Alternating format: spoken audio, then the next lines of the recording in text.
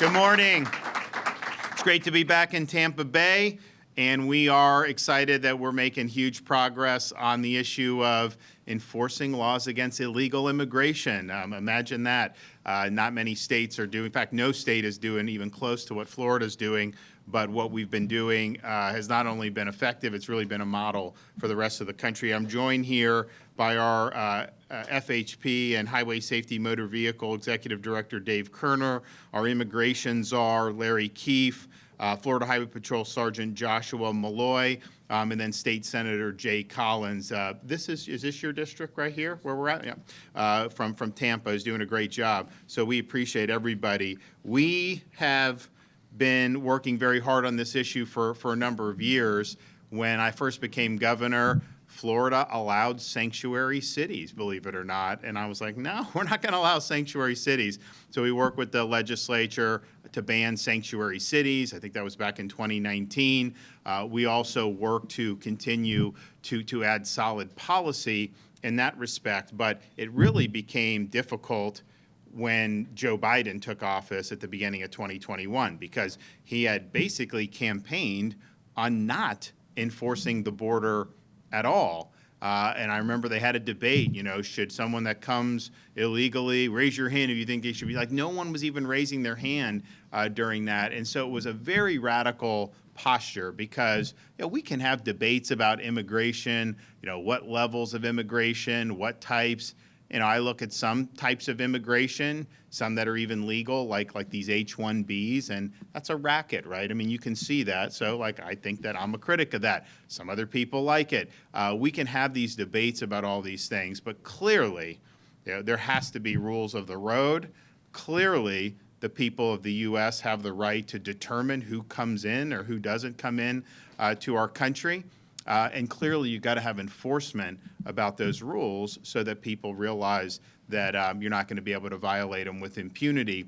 And basically, the Biden administration just threw all that by the wayside. So we were faced with a situation in Florida. People would say, oh, well, you're not a border state. Why do you care? Why are you? Well, first of all, a lot of these people crossing the border wanted to come to Florida. That's why I cared. Second of all, it's just wrong to have the open border. And that has fentanyl, that has a whole host of things that affected all states, particularly in the continental U.S. So we were the first state to send people at the southern border to help Texas. And what we found was our state law enforcement agencies, a lot of these people coming illegally were saying they wanted to come to Florida. I mean, it was documented that it wasn't just like 5%. It was 25, 30, 40%, depending on when you were finding these folks. And so we knew that that was going to be an issue. And so we did that, and we were proud of doing that. But we also knew we had to do more in the way of legislation. And so a couple years ago, we passed strong E-Verify provisions. We are now the leading state by far in usage of E-Verify. So what E-Verify does is it's already against the law to work here if you're not authorized to be here. That's true federally, that's true state. But people can come, who knows what documents, they can forge documents. Some people get hired without documents. But E-Verify, you have to run everything through, right? And it's very easy, it's no burden, but that will ping if somebody is not authorized to work. And so it's a disincentive for people to want to come to Florida to work illegally. And we've had more usage than any other state by far. Now, we're one of the biggest states, but we're not even close to as big as California or Texas, and we have way more than any state even close. And so that was positive. That wasn't enough, but when you look at this stuff, yes, having a wall, I'm supportive of that. I'm supportive of securing the southern border. I think the Trump administration's done a great job in the first 100, 120 days, however long they've been in, on doing that.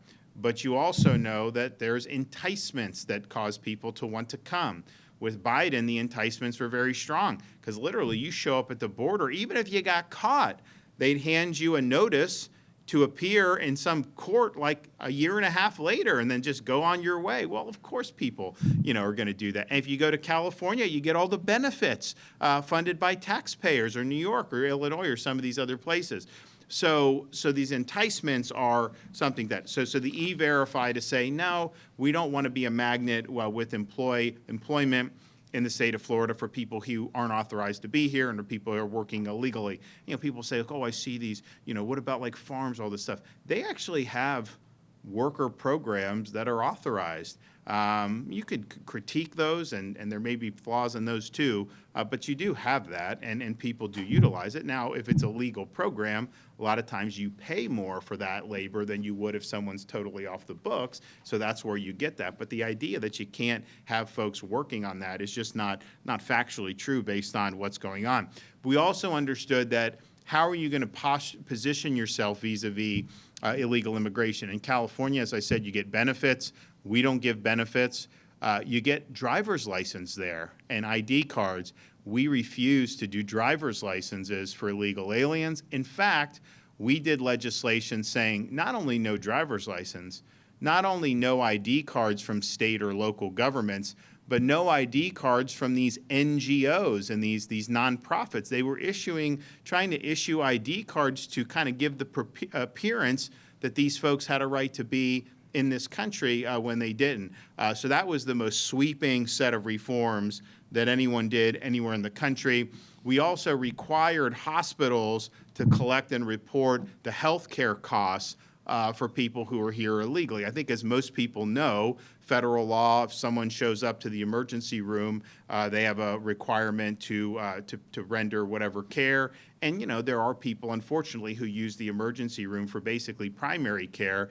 So you end up having a lot of costs imposed. But since we did that reporting, the amount of money that's gone for illegal aliens showing up to the emergency room has declined dramatically. And it's just because we've sent the message that we're serious about this.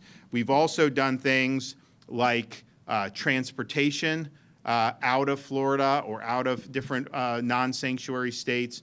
And you saw Texas sent to New York City, to Chicago. We sent to California, and even beautiful Martha's Vineyard. Imagine that. They were advertising themselves to be this great sanctuary jurisdiction.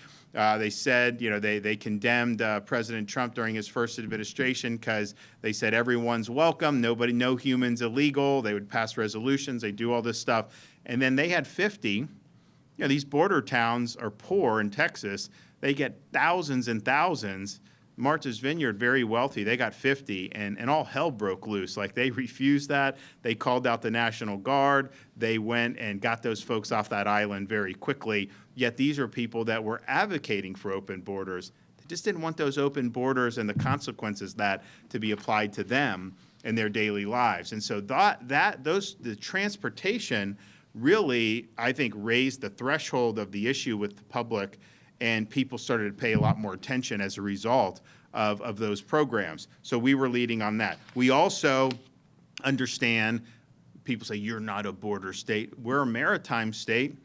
We've got people that will take boats illegally, wash up on shore in the Florida Keys or in Jupiter or some of these places. Not as much on the west coast of Florida, that's true. It's mostly the Keys and then southeastern Florida. But this stuff is really serious. So we launched Operation Vigilant Sentry, and part of it was we were mindful of what was going on in Haiti. There's always problems in Haiti, but there was a time when people were really fleeing. Our Department of Emergency Management, we created rescue flights. We rescued a lot of people to come out of Haiti who were Americans. There were a lot of missionaries there, others that were there, and we were happy to do that. But people were fearing just a massive exodus. And I remember reports, Florida's going to get overrun and everything like that. Well, no, we surged our maritime assets, even when Biden was president, to work alongside the Coast Guard.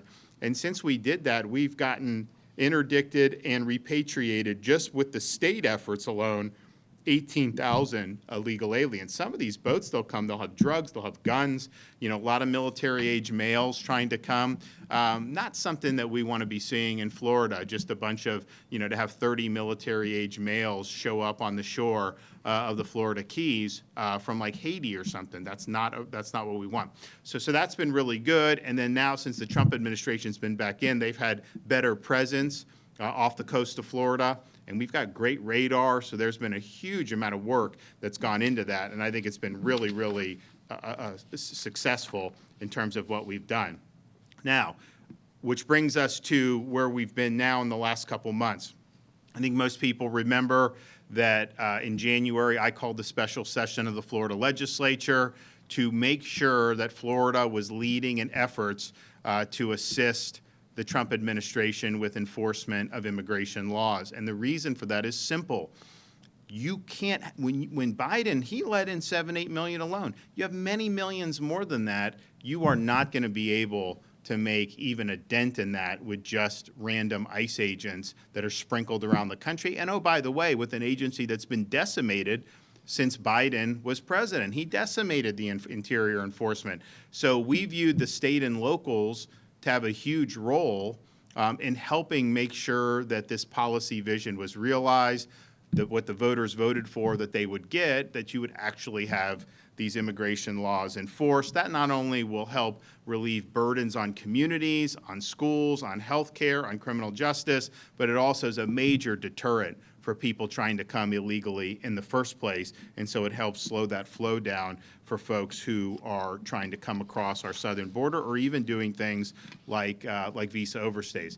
So we proposed a package of reforms that were the strongest in the country. Most important was probably, and like, look, the state didn't need this because I told our agencies, you got to do it, but we required state and local law enforcement agencies all across Florida, municipal, county, and state, to participate with federal immigration enforcement efforts. And that usually takes the form of these things called 287G agreements, which is basically an agreement with a local agency or a state agency to be part of these operations. We call it a task force model. And so you see some of the things that have happened recently, which I'll talk about, that gets integrated, and that ends up being a real force multiplier for that. Now, I had my agencies do it anyways, even without the legislation, but we still wanted to make sure that everyone was on the team. So that was one. The other one was we wanted to make it a state offense for someone to come into Florida illegally, especially people that have been deported previously. And we structured that a little bit different than what Texas did because we knew that it would get challenged in court. And yeah, they found a judge, but this is on appeal. There'll be a lot of things that happen about that. And I think ultimately we'll be vindicated. But we need to give tools to our own state law enforcement. I mean, you can't have a situation where if you have another president that views his role like Biden to not enforce the law, that somehow states are left defenseless and we can't do anything. I mean, think about this. What these people will say is the Constitution has a supremacy clause, and when the federal government's acting in accordance with the enumerated powers in the Constitution, that trumps what states want to do. And that's true as far as it goes, and so they say immigration is just about federal. Now, that would make sense if the feds were trying to enforce the law and the states were trying to sabotage that, then yes, supremacy clause, right?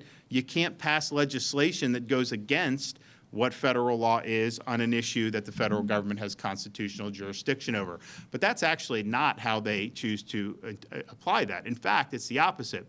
These same people who say states shouldn't be enforcing immigration law because it undermines the federal government's authority in this matter, they don't care that you have sanctuary cities and sanctuary states. Biden never did anything against sanctuary cities or sanctuary states, not at all. They thought that was fine. Those are all their folks that were doing it. So somehow this is developed. It's kind of like a heads they win, tails they lose. You know, if you have a president like Biden, he won't enforce immigration law. And then if the states step up and say, no, we are going to take federal immigration law and we are going to make sure that's upheld in our state, they'll say, oh, you can't do that. It violates the supremacy clause. But on the flip side, if you have a president like President Trump who says, no, you know what, we got to enforce the laws on the books. We want to make sure that the people that are here lawfully. But then you have San Francisco or Los Angeles or California or some of these places that are sanctuary jurisdiction, then some of these same people will say, oh, no, that's fine. That's fine. They can be sanctuary. You can't have your cake and eat it too. I mean, if it's okay for a state to try to sabotage the federal government's policies, which I don't think it is, but clearly it's got to be okay for a state to try to vindicate the federal government's policies. This is what Congress enacted. Just because Biden wasn't fulfilling his oath of office, that doesn't mean that we can't step up. So I think that's really important. That's more of a long-term play. I think you're going to see the courts have to come to a different resolution than what this one district judge has done. But you know, this raises the issue of these judges that have just gotten out of control in this country. They think that they can set policies for the entire country.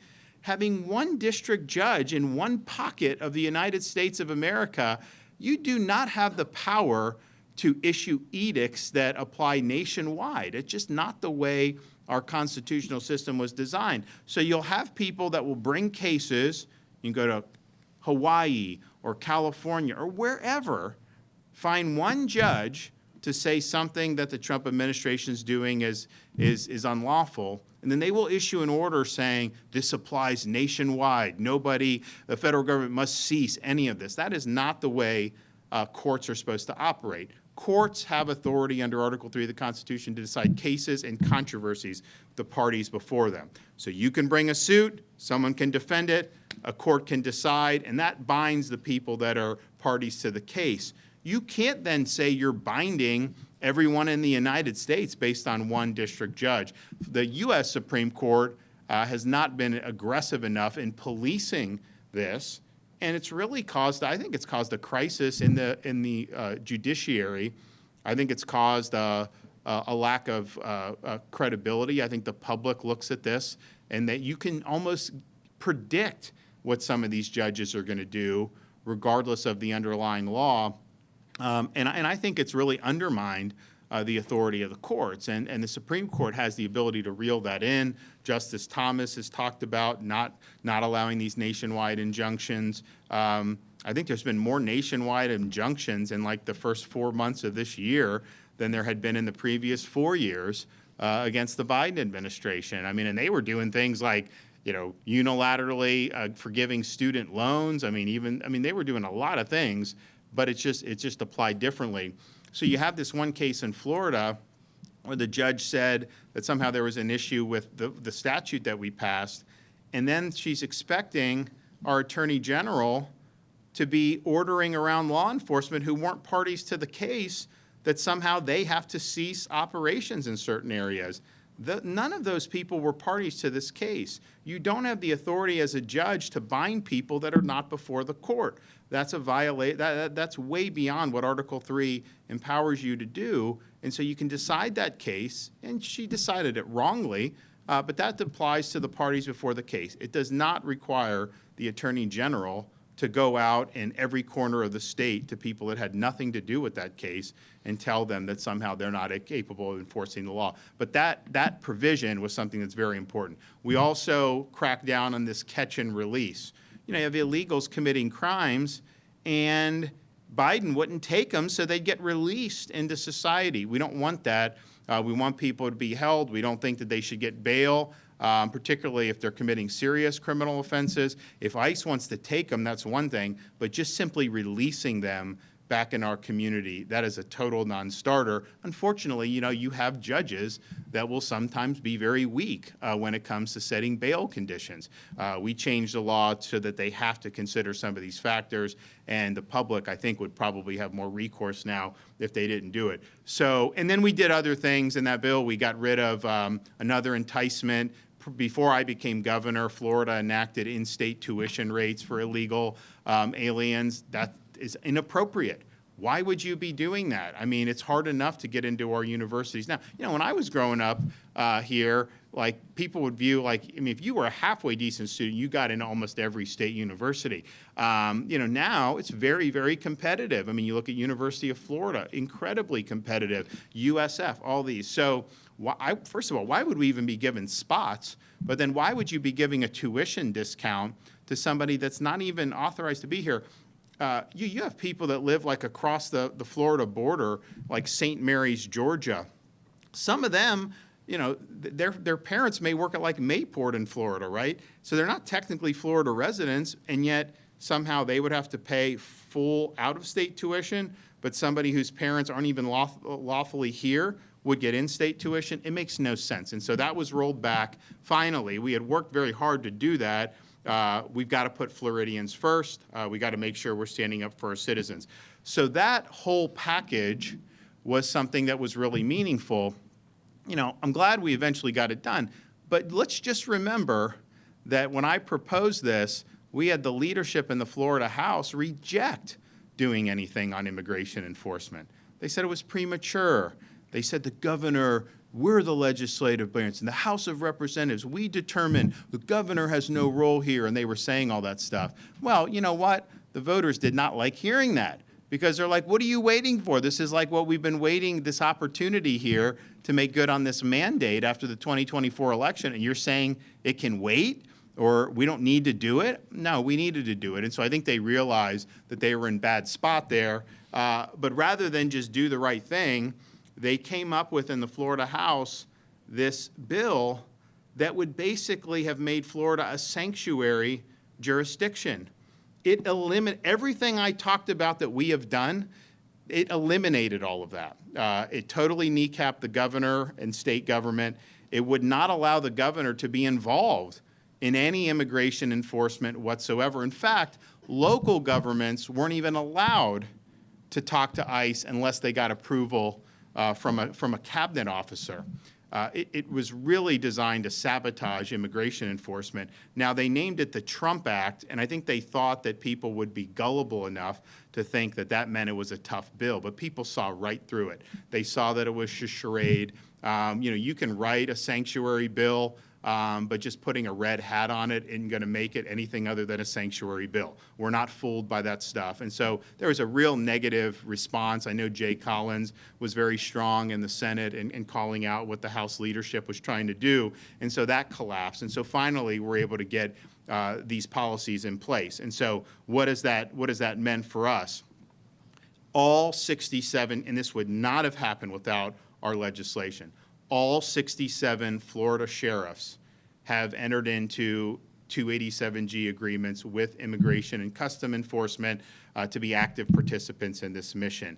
You look at our municipalities, many of them have entered into these agreements, and many more are on the way. So if you look nationwide at all the law enforcement agencies that have entered into 287G agreements with the federal government, more than half of them are in one state. Guess which state that is? State of Florida. So first of all, where's the cavalry? Why? I mean, I honestly thought when we did this that I thought other states would follow. I really did. Now, maybe the other states saw the House shenanigans, and maybe the message got a little muddled there for a while as they were trying. But we have over half of the law enforcement agencies in this country that are in this fight with those agreements are just in one state, the state of Florida. We're not the only red state in the country. And so we're leading. I think others really need to do more. So we've done that. So we've highlighted recently what's happened as a result of that. We have, with Operation Tidal Wave, worked with Immigration and Custom Enforcement. This was like, 4 or 5 day efforts, would you say? And we got over 1,100 illegal aliens across the state apprehended. MS-13, 18th Street Gang, Barrio Aztecas, Brown Pride Aztecas, Tren de Aragua, of course, one of the worst criminal organizations coming out of Venezuela, all represented in that. And you got a number of these people that were already under active deportation orders. I mean, you'll hear stuff about due process. Someone comes illegally, due process. Well, first of all, I would just point out, when we typically talk about due process, we're talking about a criminal context, right? State can't deprive you of life, liberty, or property without due process of law. That's a bedrock.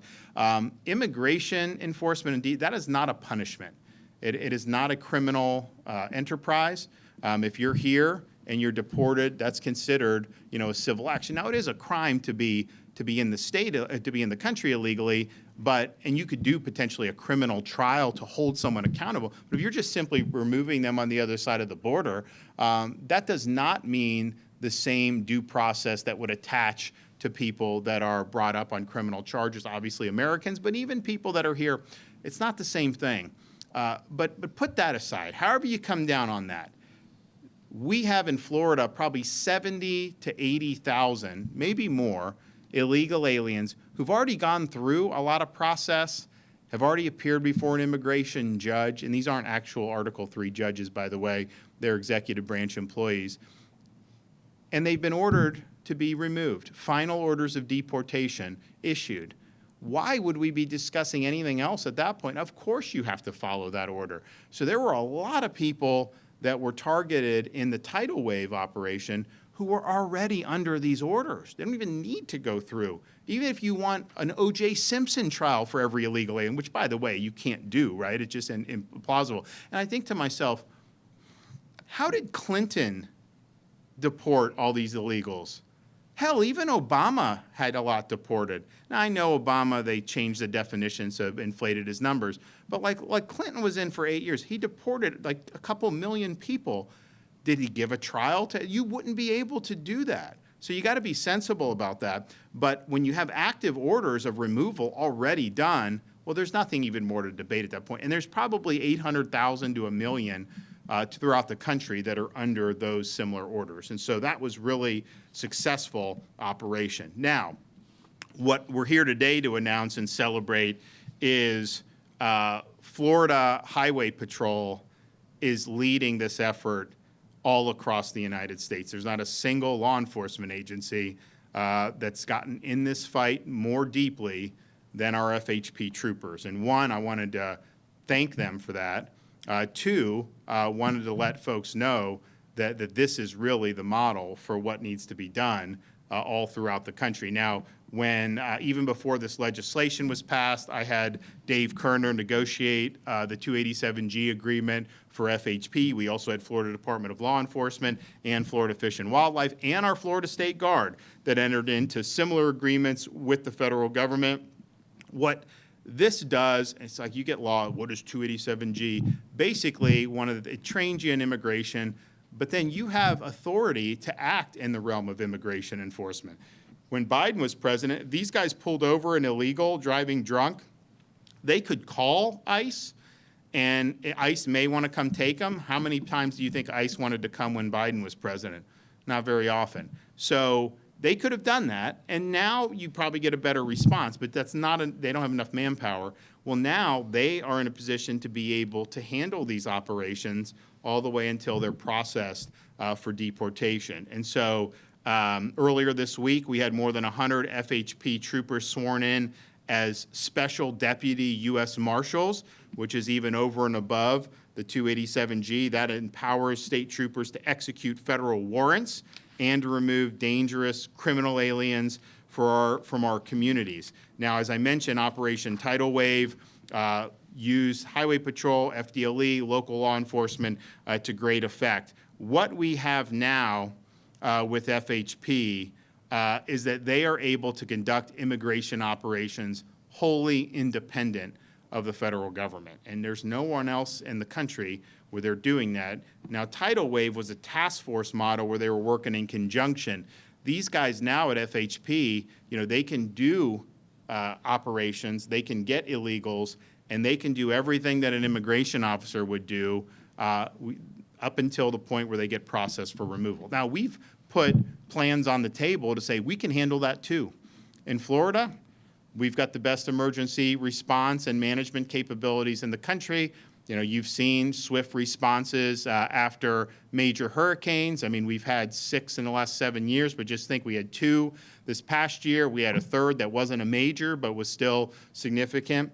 And then in 2022, we had almost Category 5, basically a Category 5 Ian. 23, we had Idalia. And yet you can move, the logistics, everything that's done, we do that as good as anybody, but we can apply that to other things other than just disaster response. For example, during COVID, you had massive Delta wave. So they had these mRNA vaxes. They were telling you if you get that, you will not get COVID and COVID will end. And yet even after a lot of people were doing it, you created the Delta came on the scene. And so, we had Delta and people are like, okay, and some of these people, obviously had vax and they were still getting it. And so we're like, all right, well, what about treatment? No one talks about treatment. It was like almost verboten to talk about treatment.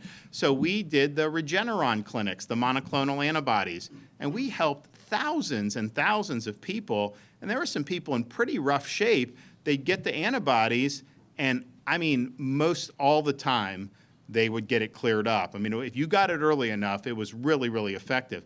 All those clinics were set up by our emergency management folks. I mean, literally, there was a need for a clinic in Tampa. We could do it within usually 36 hours.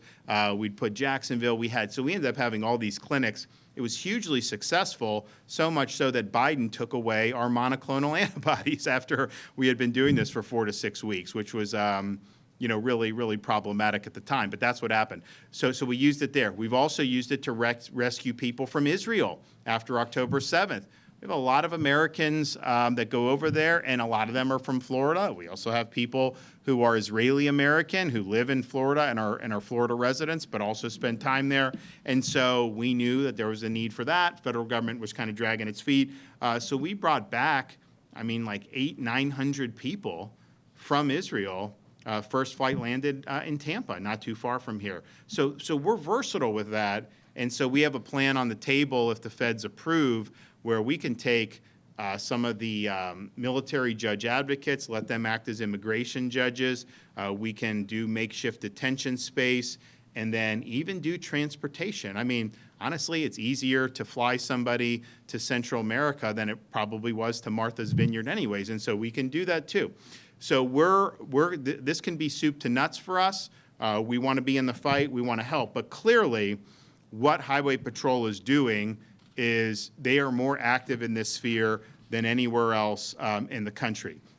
And this is something that's really, really important. And if you think about it, I've met a lot of angel moms who've lost kids because of illegal aliens, and especially when they lose them in like car accidents. So many times the illegal driver had other infractions, driving drunk, reckless driving, all this other stuff. And if you think about it, had we had these policies in place with the federal government that would actually take the problem seriously then, and this is long before I was governor, most of these cases, some of this stuff would never have happened at all. So you're saving lives, you're really making a difference in your community. So to be able to do standalone operations, I think is really, really significant. We're excited about what they've done. But our plan that's on the table will serve, if implemented, if approved by the feds, as a major force multiplier. We're already leading the country way over and above what anyone else is doing, but this will show how it's done. It'll show these things, in fact, can be done. So I want to thank Larry Keefe, who helped develop this. I also want to thank Kevin Guthrie from our Division of Emergency Management, who was involved in putting it together and would also be really spearheading the execution of this. We've made a difference. No state has done more to make a difference. The state's safer as a result of what these guys have done. Taxpayers are better off as a result of what these guys done. And all of our services and everything are better as a result of what these guys have done. So thank you for what you've done. We are going to continue to push forward, and I truly believe that the best is yet to come. Okay, Dave Kerner. Thank you, Governor. My name is Dave Kerner. I have the honor of serving as Executive Director of the Florida Department of Highway Safety and Motor Vehicles.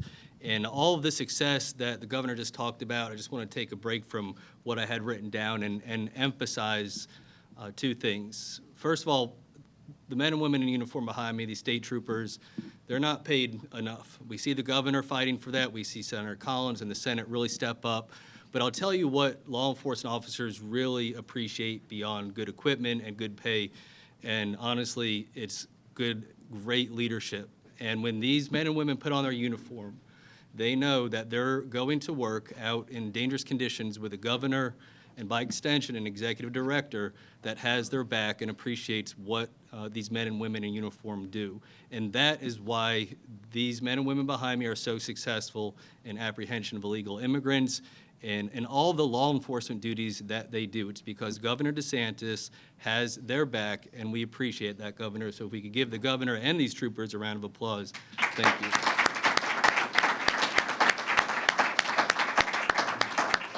It's an honor to join the governor along with Director Larry Keefe and Master Sergeant Josh Malloy. We have Senator Collins here as well, who's been just an outstanding leader on law enforcement, immigration in the Florida Senate. We appreciate what's going on right now, and we appreciate you standing strong with our troopers and our law enforcement officers. We have General Hartzell here as well. Thank you for being here, General. I know you appreciate those comments about good leadership. And then, of course, Sergeant Josh Malloy and his CIU team, outstanding law enforcement officers here today. And we're privileged to give an update on our immigration and enforcement operations in the state of Florida. As Governor DeSantis has pointed out, Florida leads by multiples and multiples in terms of enforcement, but it's not just enforcement. In just over 4 months, state law enforcement has stood up a highly effective force of investigative, of enforcement, logistical, and transportation elements, far outpacing any other state in the nation. The Florida Highway Patrol was the first in the nation to be delegated federal enforcement authorities in the immigration space, and we now have over 1,800 state troopers that have been credentialed and delegated federal immigration enforcement authority. What that means is if you see a state trooper, he or she has federal authorities to detain, investigate, apprehend, and deport. We have troopers in all 67 counties of this great state that have that authority. The only troopers that do not have that authority, as I understand, are the men and women that are on military leave or out on sick leave. And when they come back, we will get them credentialed right away. Most recently, Florida Highway Patrol has executed on several independent operations utilizing their independent federal authority that has yielded unprecedented apprehensions of illegal immigrants, many with significant criminal histories, prior deportations, and allegiances to transnational narco cartels and gangs. To date, we have assisted or been the primary arresting agency on over 1,020 illegal immigrants. But with our federal partners, we are doing more than just making apprehensions. We are innovating and we are expanding upon techniques, databases, processes, and ultimately creating a state-led enforcement arm that can amplify the capacity for apprehensions by several multiples of what already exists. We are creating a model, in our belief, that can be exported to other 49 states in the United States. For example, we have worked with DOJ at the Department of Homeland Security to waive user fees for the Systematic Alien Verification and Entitlements Program, which is also known as SAVE. This is the database that law enforcement and states use to verify lawful presence in the United States. To waive those fees is a very big deal. It's about $30 million just here in the state of Florida because of the governor's leadership, because of the negotiations that we've successfully accomplished with DOJ and the Department of Homeland Security. Those savings and that access on the roadside for a law enforcement officer will be felt and seen and utilized nationwide. We are integrating technology so that troopers and law enforcement officers on the road can have real-time access to alien status without any cost borne by the state or local agency. Much attention has been paid recently to an operation that Troop C Tampa Criminal Interdiction Unit team executed last Wednesday. This operation was featured on Fox nationally and revealed some of the success and capabilities that the Florida Highway Patrol has achieved as we continue to improve upon our operations. For example, CIU troopers, many of them standing behind me today, were able to apprehend 30 illegal immigrants in just over an hour. It is important, just for some clarification, the way that I view immigration enforcement are there are really two buckets of illegal immigrants. One are those that came across the border, whether they're seeking asylum or they had some sort of lawful presence given to them for a period of time. Those are what we call informally men and women that are on a list that we can go out and apprehend with final order of deportation.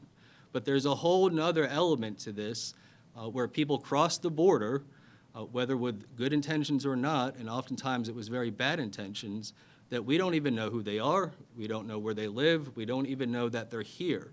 And what we found is the type of techniques that the Border Patrol and now the Florida Highway Patrol are using on these operations is really allowing us to uncover the non-documented illegal immigrant in the United States and in the state of Florida. These folks live in the shadows. We don't know who they are, and I think personally that the men and women in the state of Florida have a right to know who is in their community. And by using these efforts and techniques, we are uncovering that shadow population. As the Florida Highway Patrol continues to expand our enforcement efforts throughout the state, so too will our ability to apprehend illegal immigrants. Without a commensurate growth in our ability to provide detention space, our enforcement efforts will be significantly restrained. On May 9th, 2025, President Trump issued a presidential proclamation pertaining to the self-deportation program. Section 3B directs the Secretary of Homeland Security to deputize no less than 20,000 state and local law enforcement officers to engage in enforcement and removal operations.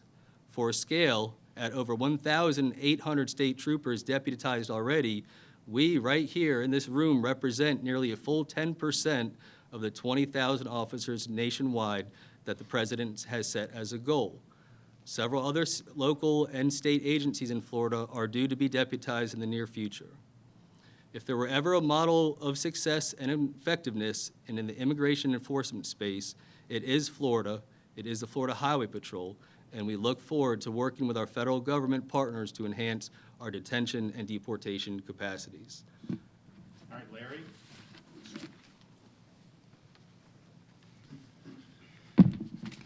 Good morning. What I want to do today is give you a progress report, a progress update on what you heard the governor mention, maybe Director Kerner mentioned it, but this operation plan, the Florida blueprint, the prototype, the archetype, what it is that we're doing in Florida, 37 pages of here's what we recommend for the country, here's what we recommend for the other states, that I'll talk a little bit more about in a second. It is very fitting that we're here today at the Florida Highway Patrol Station, and I want to thank Director Kerner, Colonel Howes, for their effort, for their work, for what they've done, because they are truly at the tip of the spear of this effort. And the work that they have done thus far, I believe that you will see, for reasons that I'll talk more about in a moment, that within the next 60 days, according to the President of the United States, you will see what it is that you are doing is becoming this blueprint or this role model for the rest of the country. And within the next 60 days, the techniques, the methods, the things that you were just mentioning in your remarks will be the standard that our brother and sister states apply in the effort that we're going through here today. So just by way of a quick background so I can report to you the more recent developments of what's happened with the Florida blueprint, everybody remembers about 100 days ago, about the time of President Trump's inauguration, he declared a national emergency and he issued an order saying, go secure the borders and restore our national sovereignty to the federal agencies. And he also said to the federal agencies, go out and these at least 15 million that came in during the Biden administration, go find them and mass deport them as soon as possible. 2 orders from the President of the United States. And I can't praise our federal partners enough that within 7 weeks, they had operational control of the border. That's just huge. We kind of skipped past that because we're moving to the mass deportation issue, the going and finding the illegal aliens embedded in our communities.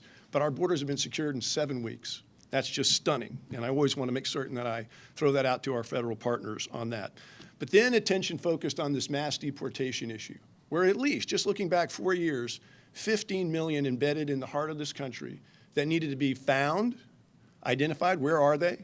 They needed to be sorted because of all the complexities that you've seen coming up about due process and where they stand in terms of being amenable to deportation. So there's finding, there's sorting, and then there is the detention, deportation, and transportation, huge logistics issue that the governor alluded to in terms of Florida skills learned in COVID, learning in the rescue from Americans in Israel post the Hamas terror attack, and what we do all the time with hurricanes. Those skills became in great value that I'll talk about in a moment. So our federal partners have to figure out where to start in this endeavor, and they need to find a state that they can rely on that has all of the right things to maximize the chances of success, because for every 15 federal law enforcement officers in this country, there's 85 state and local law enforcement officers in this country. You need these force multipliers. It all depended on the force multipliers. The feds could have gone anywhere they wanted, to any state they wanted, but they didn't have to look far, and it didn't take them too long. They needed to know a place where they had leadership that was bold, they had leadership that was decisive, they had leadership that was resolute, and they had leadership that was undauntable. And they knew where to find that. They wanted to see a state that did difficult, big things under stress, under risk, that didn't mind being the laboratory because you don't know how it's going to go. Well, they didn't have to look very far. They looked right to the state of Florida, and they chose us. Our federal partners, who we've come to know very, very closely, very intimately, are extremely under a lot of pressure. They have a tough boss. We have a tough, reliable boss. And they picked and they chose where they wanted to go to build their prototype to the state of Florida. So what did we do once they chose us? Well, we went all about developing cohesion and bonding, and anybody that's been part of anything, your son, Sergeant Malloy, and his baseball team, you can do a lot of talking about teamwork, working together, winning games, but what you've got to do is actually build that authentic, legitimate cohesion. So what did the state of Florida do? We went down and moved in with the feds in Miami in an operations center down there. And this is in early February. And we have stayed there since, forming these relationships. And it is that environment, that incubator laboratory environment, where the genius of not only our law enforcers, our FDLE, our Highway Patrol, our State Guard, our Department of Agriculture and Consumer Services, all wonderful folks, but everybody thinks of this as a law enforcement operation. But as we became embedded with our federal partners, I came to see it as that. You have to be able to find them and sort them legally as to who you can take and not take and deport. It was a huge logistics issue. It was like another hurricane. It was like dealing with the COVID crisis. It was all of these things, and where the true genius in Florida lies, not to the disparagement of any of our law enforcement, but in terms of world-class genius, is the Florida Department of Emergency Management and the Florida National Guard. World-class, the best of the best at safely moving people, logistics, transportation, because this whole mass deportation is all about doing it at scale, in large numbers. So all of that resulted in this operation that you heard the governor mention, you heard Director Kerner mention about 2 weeks ago, Operation Tidal Wave. That was kind of the test run. It was a warm-up. How do we test this prototype to see whether this whole concept that we have works? And we got to, and it went great. It went well. We are told by our federal partners that ICE set an all-time historical record for the number of arrests of illegal aliens within a week. And Governor, we weren't even at it but 4 days. So that went well. I'm not trying to diminish Operation Tidal Wave, but Florida was kind of like a pushy partner. We can do more. We can do more. We have more capacity, we have more capability, and we can be right at the table in the solutions, the problem-solving phase. So, so 1 week ago, I met with the governor, and he's, Larry, where is all of this? And I said, sir, there's lots of meetings, there's lots of conversations, there's lots of oral discussions about ways to attack this problem, and your team in Florida is at the forefront of it. And the upshot of that conversation was, we need to put it in writing. We need to put it somewhere. What are the skeleton of this thing that we're creating, this way forward, this model, this prototype, this way to do this? And that is this. And so Friday, a week ago, this is the Florida recommended operational plan that gets into some of the details, not all of them. We presented that to our federal partners at the highest levels and down to the leadership in the state here. And that was 1 week ago, this 37-page blueprint. Last Friday, as in 3 days ago, which I am calling Federal Friday, two things came out of the White House, out of the Trump administration, and our federal partners in this space. The first thing was that we were notified by the operational leadership at DHS that not only was Tidal Wave a great thing, and we might be doing the Tidal Wave operation or some variant of a named operation every so many weeks or so many months, and then it's back to normal, back to usual. We were told that Tidal Wave was so successful, and the trend or pattern for the state of Florida and what we're doing was such, that is the new normal. Operation Tidal Wave and more. Operation Tidal Wave is tied in conjunction with our federal partners. The operation that you just did 3 days ago is this 287G fully deputized federal agents able to go out there, run and operate and do the things that they do. But in terms of the federal partnership side of this, it is going to become what you saw in Tidal Wave, a persistent, permanent pressure that's tied to the voluntary relocation program. You've heard about reversing CBP-1 to CBP home and the voluntary deportation, to where, in order for that to work, this constant, permanent, persistent pressure is going to be the new normal here in the state of Florida.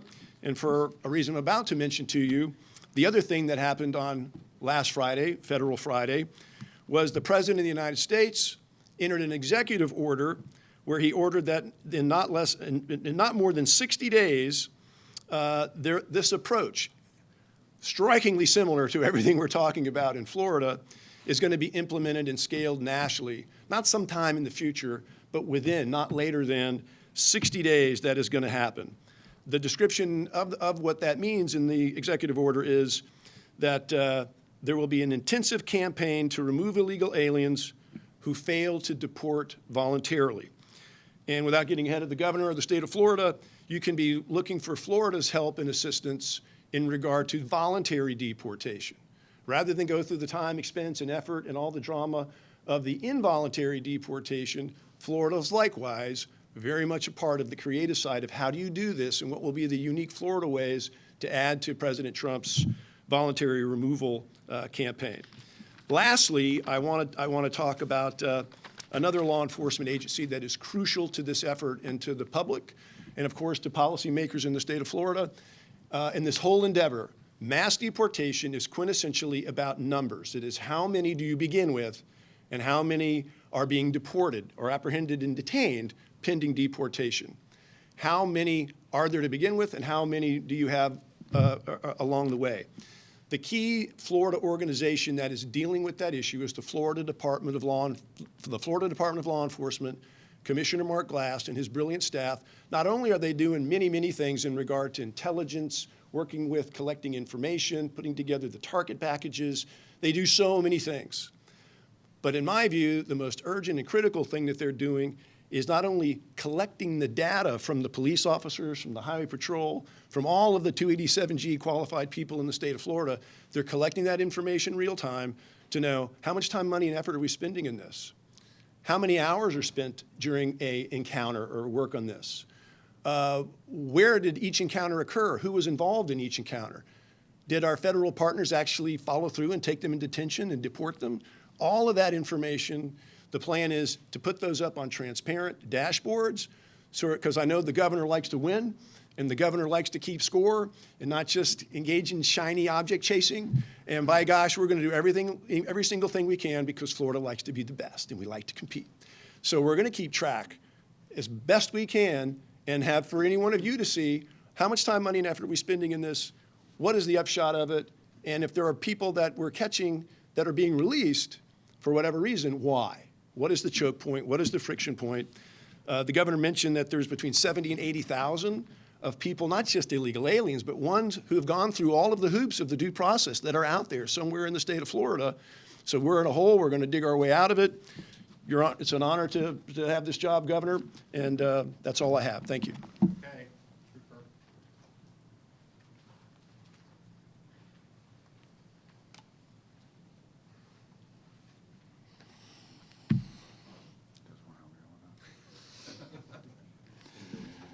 Good morning. I'm Master Sergeant Joshua Malloy. I'm the leader of the Troop C Criminal Interdiction Unit for the Highway Patrol. It's an honor to join you, Governor, Director Kerner, and Director Keefe for this press conference here today. I've served as a state trooper for the past 21 years, leading the Criminal Interdiction Unit in Troop C for the past 10, and more recently, the Troop C Strike Team.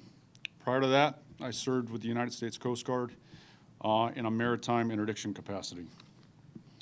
The Criminal Interdiction Unit for the Highway Patrol is a nationally renowned interdiction team that uses 60 highly trained, specialized trained state troopers who serve statewide. Utilizing 30 apprehension and narcotics detection canines, special tools and equipment, and highly refined and specialized tactics, CIU troopers focus their efforts on interdicting drugs, illegal weapons, human smugglers, human traffickers, and other criminals and wanted persons that travel upon the highways and the roadways in the state of Florida. I found that the mission is always the same. The name of the operation is the only thing that changes. And none of that could be possible without the men and women that stand behind me here today. There's value in that. And Governor, we see that you've placed a value on that you've entrusted us with this mission, and that you value what we bring to the table, sir. Whether serving on the southern border or apprehending human smugglers and traffickers. We've been on the front lines to fight against illegal immigration for many years. Most recently, Governor DeSantis has directed the Florida Highway Patrol to participate in the 287G program with the Department of Homeland Security. This simply allows us to be cross-sworn with federal immigration enforcement powers. The Florida Highway Patrol is the first and only agency in the nation to be delegated these powers, although hundreds of agencies will soon follow and be delegated these important authorities. Director Kerner, you've been relentless in making sure Florida Highway Patrol is the tip of the spear in criminal interdiction and immigration enforcement, and the criminal interdiction unit be the leading force within the patrol. As much of the nation saw last week, Troop CCIU, along with Director Kerner, executed an enforcement operation in Tampa, resulting in the apprehension of 30 undocumented aliens in just over an hour's time. While this was the first operation to be featured on national news, it was part of a much larger effort where state troopers work either independently or directly with the federal government to enforce federal and state laws. Our partnership with local Tampa U.S. Border Patrol assets have been an effective teaming in this mission. During this operation, 3 undocumented aliens fled from one of our traffic stops and ran across several lanes of I-4. Myself, Trooper Kelly, and Trooper McKinstry gave chase, climbing a concrete wall, several barbed wire fences along the way, which resulting in me injuring my ACL. I forgot my age.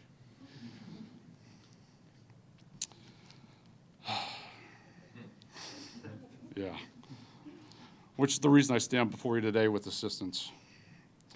Myself and Trooper Kelly was also injured as a result of the jump from the wall, continued to pursue the subject on foot, locating him a short time later with our air asset, hiding in a shed of a local residence.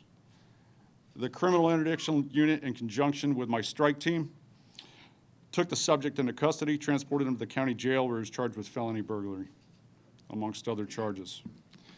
As a veteran law enforcement officer and the leader of the Troop C criminal interdiction unit, we have seen firsthand negative effects of illegal immigration on the state of Florida and our communities.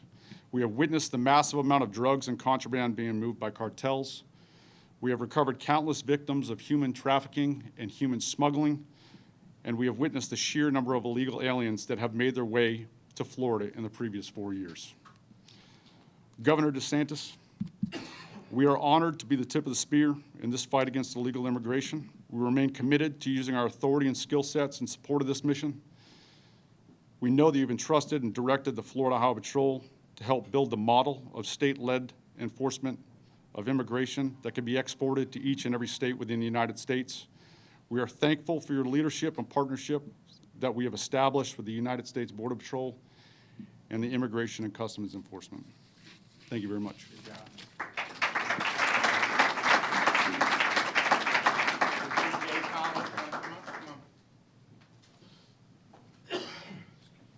Thank you, Mr. Governor. And Master Sergeant, I understand age catches up with all of us. It reminds me of a little bit where I used to be not so long ago, but we appreciate what you do on a daily basis. Mr. Governor, thank you for your leadership. Thank you for your continuing, relentless leadership. Standing up and fighting for what matters, it's not easy all the time. Having leaders who step in boldly and say, I don't care about the consequences. They'll talk about what's wrong, but I'm going to stand in between what's wrong and protect our people. That's why leadership matters. I want to talk about the troopers behind me. I want to talk about what they do on a daily basis to protect and preserve our communities. I also want to talk about their families.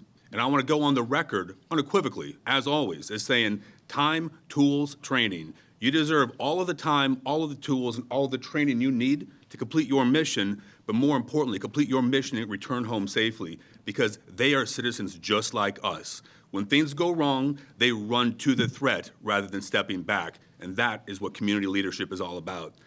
I talked briefly about the governor and his leadership, but let's talk about what this sounds like. Listen to what was just said by the speakers ahead of us. That is good government. Our federal government working with our state government, working with troopers in local communities and people around the state. Doesn't that sound like effective governance, like things going right, what we actually want from this? Isn't it a breath of fresh air to not have President Biden in the White House destroying this, breaking down our borders, and putting our people at risk? Having a president to partner with bold leadership at the state level is what this is all about. Let's talk about immigration. Has anybody ever had a leak under their sink or a leak in their wall? You ever seen that? Water goes everywhere. Last time we had a leak, we found it in our kitchen, in our laundry room, in our bedrooms, everywhere. We had to rip out sheetrock everywhere. For those of you who have been in Florida for a minute, you might have had a flood or two, right? Because of hurricanes. Immigration's the same way. The true facts are this: every state is a border state. If we don't step forward and protect our borders and work with our government at the federal level, who else is there? If not me, then who? If not now, then when? We have a responsibility as we serve our community to step up and do what's right, not what's easy. That's why I was incredibly grateful to take the stand I did with the governor on immigration policy and each of the things we're working on now, because we know that leadership matters. Let's talk about judges. You heard that just a moment ago. We didn't elect judges. We didn't put them in place to be lawmakers. Lawfare is not lawmaking. We have legislators who do that. We have a governor who signs that. That process matters. It's incredibly important, and we're usurping power to a single person and trying to dictate. That is not what government does. That is not what our founding fathers envisioned, and that is not the right thing to do. Again, grateful for Florida to lead on this. But what is the why? The why is this. It's each of you in this room, each of the people around our community, our districts, everywhere they go. We have a responsibility as Americans, as Floridians, heck, as moms and dads, to protect and preserve what we love for the next generation, because that's what our forefathers did for us. I don't know about you, but I'm not going to fail as a dad or a husband, certainly not as a senator, nor am I going to embarrass the people who run to the threat day in and day out. Sometimes it's a struggle. You see people equivocate, step down, step aside when the pressure gets too hard, too heavy. But friends, here in Florida, we beat to our own drum a little bit. And I hope, I pray, and I know that that will never happen, because what matters more than anything in this state is bold leadership focused on moral values, that moral compass that protects and preserves liberty for our generation and the next, and the next, and the next. And that is why we have leaders like Governor DeSantis, Dave Kerner, Hammer Hartzell. Across this, our troopers behind me. Thank you, God bless you, and may God bless the great state of Florida.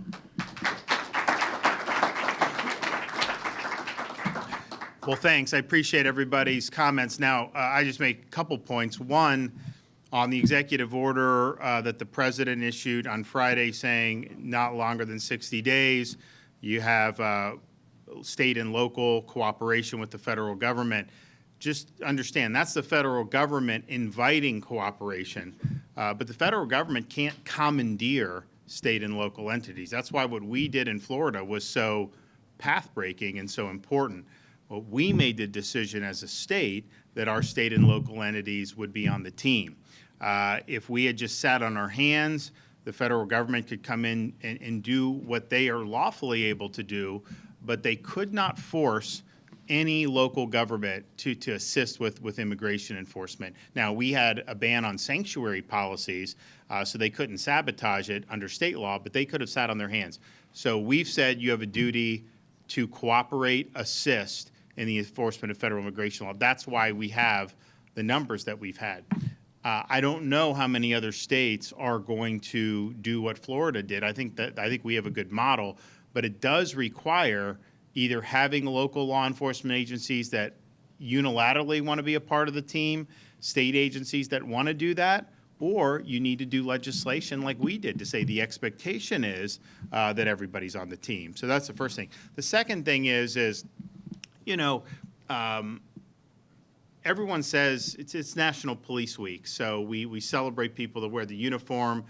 In Florida, there's a strong culture of supporting law enforcement. We have a strong law and order set of policies in the state, and that's important. And honestly, it's important to say that you support, because it is moral support, but you got to do more than just give lip service.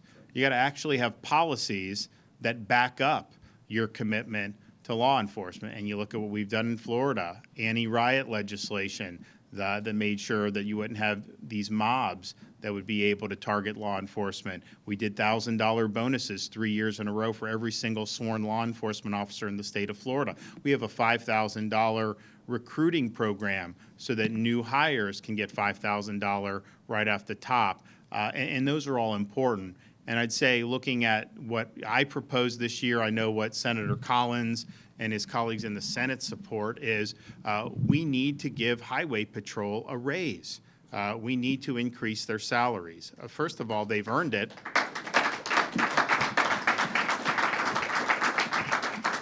First of all, they've earned it because they're not only performing the traditional duties, they were at the border for years.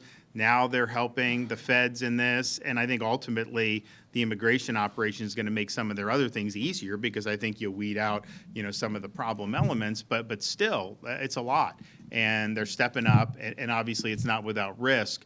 It's also just practically important. It's like some of these guys can do a lot of other things with their lives. They want to serve the people.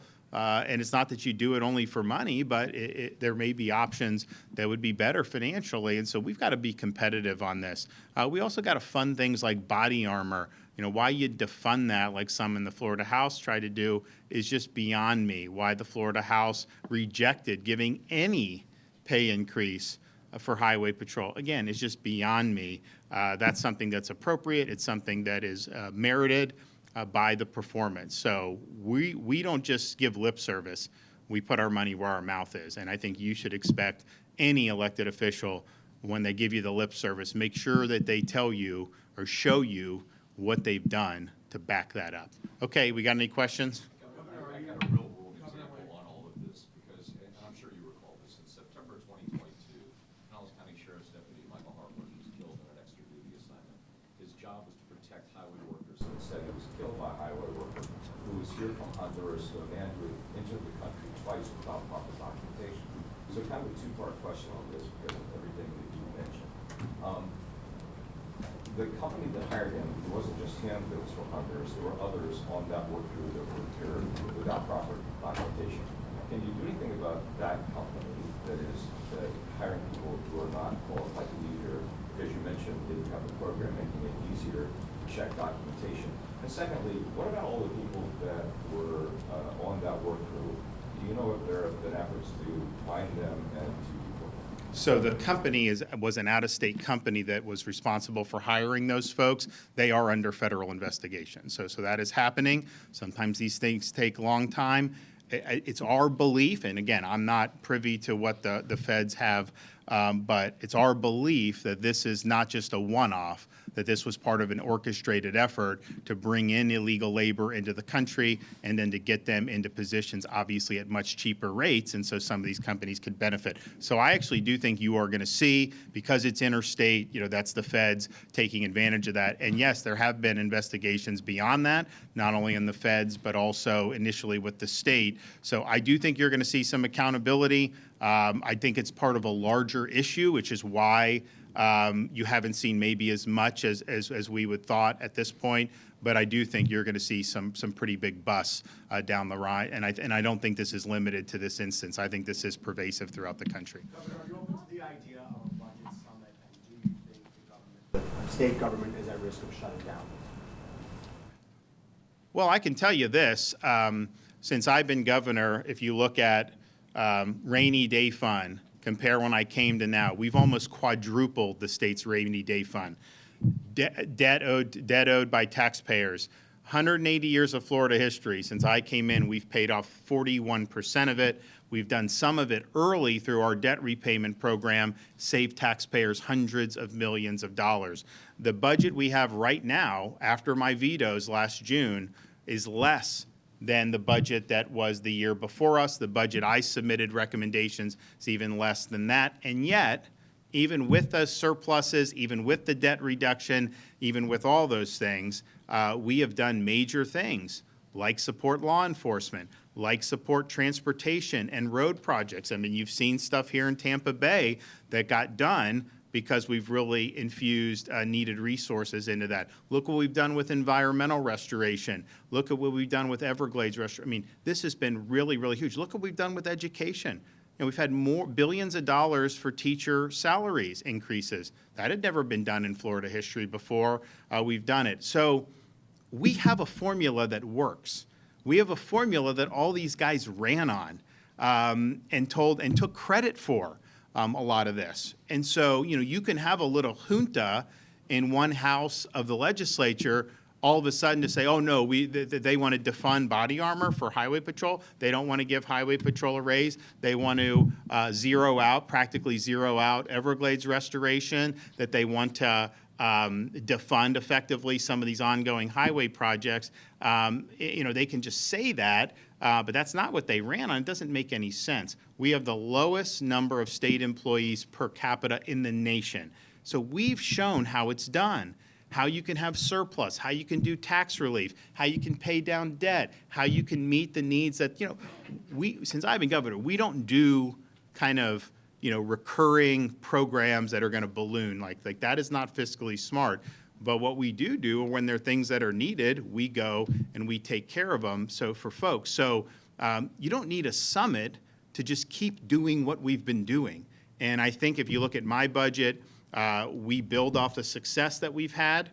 I don't know what's gone on in terms of the breakdown. I wasn't a part of those negotiations per se, because quite frankly, the Senate and the House typically go back and forth on these things.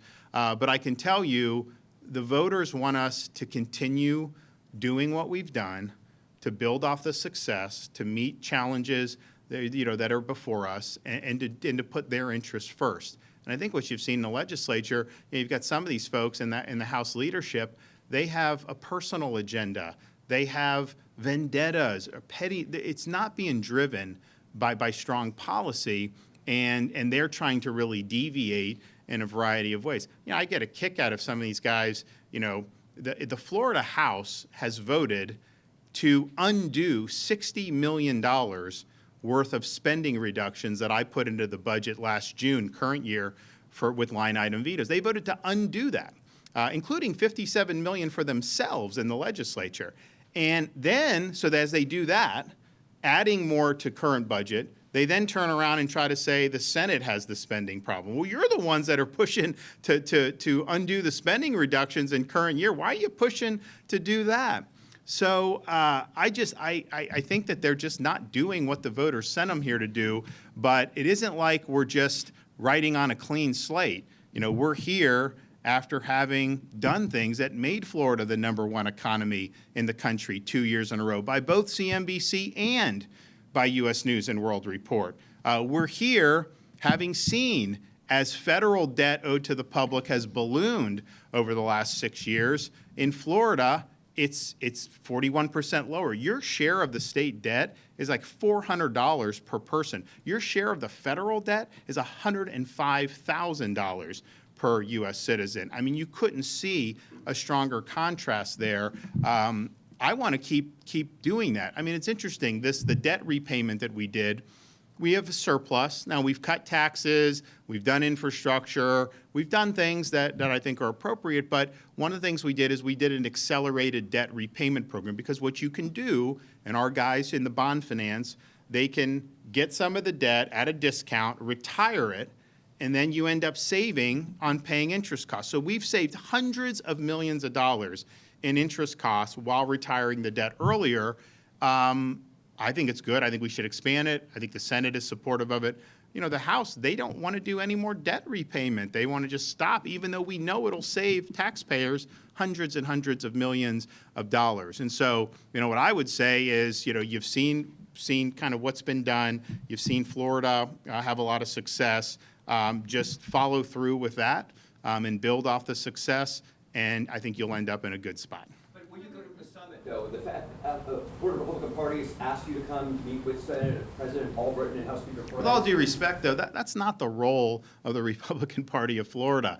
And so no, we're not going to do a dog and pony show. That's not the way this works. The way it works is people should do their jobs.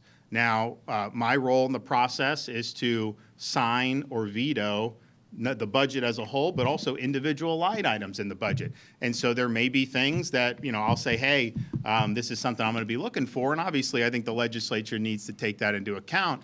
But the reality is the House leadership has kind of careened off course the whole session, not just on the budget. Let's just be clear. This has been the whole session this has happened. The whole immigration, we're up here celebrating this, right? You will never find anyone running for office as a Republican that will go in front of a Republican audience and say that they oppose what we're doing. Yet the House leadership opposed it in January. The House leadership tried to do a de facto sanctuary bill in January. They thought you wouldn't notice it. They thought that they could somehow get away with it. And so that was really a sign that something's changed over there. They have the biggest Republican supermajority in the history of the state. And yet, what have the results been? We talk about things like woke universities and all that Florida has done to beat that back. They actually did a higher education bill to undo our anti-woke reforms. And I think it's not even a Republican thing. People don't want to fund a Columbia University that's off its rocker. We don't want universities to be about leftist indoctrination. We want it to be about what is a classical mission of the university, who's pursuing truth, who's preparing our citizens our students to be citizens of our republic. All the things that really, I think, can unify as what the effort should be. And so we've done a lot in that regard. Eliminate DEI, post-tenure review for tenured professors, all these different things.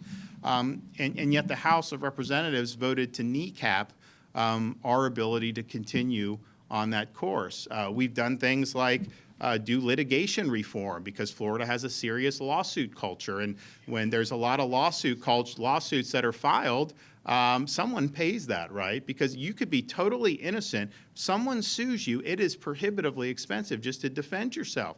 And so that adds to the cost of the economy. And it's honestly, as good as we've done, it's held us back. We did reforms in the last few years that have shown great promise. And the House tried to undo this. Now, the Senate killed it, and it's fine, but you just wonder what is going on. I don't know what got into the water. I think it's just the leadership is driving these guys in a poor direction. It's not the direction that their voters wanted. It's not what they campaigned on. And the note I always come back to, if you run on certain things and you get in and you do them, even people that may disagree, they will give you credit for, hey, you told us you'd do it, you did it. Where you get into trouble is when you run under, and they all ran on the Florida Success, Florida First policies, when you run on that, get elected, and then you try a different agenda, and an agenda that, quite frankly, tries to sabotage a lot of the success. That's where you really get into a lot of trouble. So I think that's what's happened, with the Florida House of Representatives, and so, we'll see what happens, but I definitely think that that just looking at their whole session, it is not something to write home about, and I think it was because the choices were deliberately made to go in a different direction. Back on immigration, the law enforcement accountability dashboard was set up for people to complain about basically law enforcement agencies that don't adhere to the state's policies. Very few responses have been logged, or complaints have been logged onto that database. I'm curious, what is your response? What do you make of those minimal responses? And then of the complaints that have been logged, has any real action come from that? Do you want to take that? Sure. Yes, sir. The way that some call it a hotline, works is someone accesses it, they make a complaint, they put in facts, and it's curated by the Florida Department of Law Enforcement, a division within the Florida Department of Law Enforcement who's looking at those facts to see if there's what's called predication for a more full investigation. And that is the process. It gets to me after the Florida Department of Law Enforcement does its preliminary inquiry and sees whether an expanded investigation is appropriate. So that's where that lies. I don't have any other information to share on where that is right now. And what do you make of the minimal responses, that just very few complaints have been actually logged? Yeah, I don't know what to attribute that. I think we would just be guessing, but I think it's because we have legislation in place that basically says if you don't do maximum participation with federal immigration authorities, that can constitute a neglect of duty, which would trigger the governor's ability to suspend you from office. I think that's why you don't have as many complaints, because I think that there's a total disincentive for any law enforcement agency or a mayor to be flagrantly disregarding state immigration authority. If we didn't have that, you don't think we'd have some of these liberal mayors hot dogging You don't think we'd have like some police chief in like a blue area? Hot, of course they would be doing it. They're doing it in other parts of the country. But I think, and this is one of the things we wanted in the legislation, which is so important, there is teeth to this legislation. You can't sabotage. You can't just sit on your hands. Now, if you're a rural sheriff and you have only a handful of people, we understand like your maximum efforts may be a little bit different than Hillsborough County's maximum efforts or Lake County or something like that. But I think it's because you don't see flagrant disregard for Florida's legislation. And look, most of our law enforcement wouldn't do that. So don't misunderstand me, but I think you would have had pockets of either municipalities or agencies that would have taken a different posture. There's no incentive to do that right now. And I know we had some examples like Orange County. They said they were going to do sanctuary policy. Attorney General wrote them a letter saying, you ought to maybe consult the statutes in the state of Florida. And they didn't do the sanctuary policy. So I think that's probably the biggest reason why. Governor, are you coming closer to appointing lieutenant governor or CFO? Of course, every day that goes by, we're a little bit closer. I did say I wanted to get through the legislative session, see how the dust settled. Obviously, dust is still settling. Now, it doesn't mean at this juncture that I couldn't do anything before a budget gets laid on the desk, but I also just am mindful that there's still work to be done, and I just want to make sure that we kind of see that process through. But we will do it, and that will happen, relatively soon. I just want to be clear, though, on the potential of a shutdown. I mean, do you believe that there's enough negotiating heft here to avoid that from happening? Well, so our fiscal year starts July 1st. I can't imagine that it would come to that. I mean, what does that say? Again, we're not writing on a clean slate. Like, all you have to do is just copy and paste what's been done. Yeah, do a little flourishes on it, of course, but this is not like you're having to reinvent the wheel. This should not be very difficult to be able to do. If you're doing things that you didn't campaign on and that the voters have rejected, well, then that's painting yourself in a corner, and it may cause some more turbulence in the process. But if you just say, here's what we've done, let's continue on the successful path, then this shouldn't be very difficult for them to resolve. But, at the same time, people can make the choices that they want to make, and if you have people that are holding out for reasons that are not principled, I think voters are going to see right through that. So I don't think it makes sense substantively to go past July 1st, but I definitely think for the people that would be instigating it, I think politically it'd be really, really dumb. And our legislature, I mean, this is a part-time legislature. Most of these people have jobs.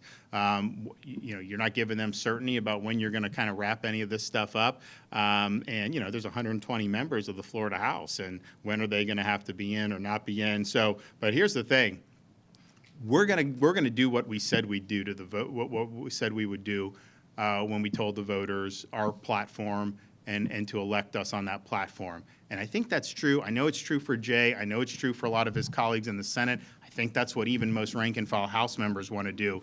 But we are going to vindicate the promises that we made. If we said we were going to pay down debt, we're going to work to pay down more debt. If we said we're going to support law enforcement, we're going to support law enforcement. If we said we're going to support road projects and transportation to make sure that we don't get overwhelmed with even more traffic, we will do it. And honestly, the I-4 temporary extension we did in Polk and part of, that's been great, right?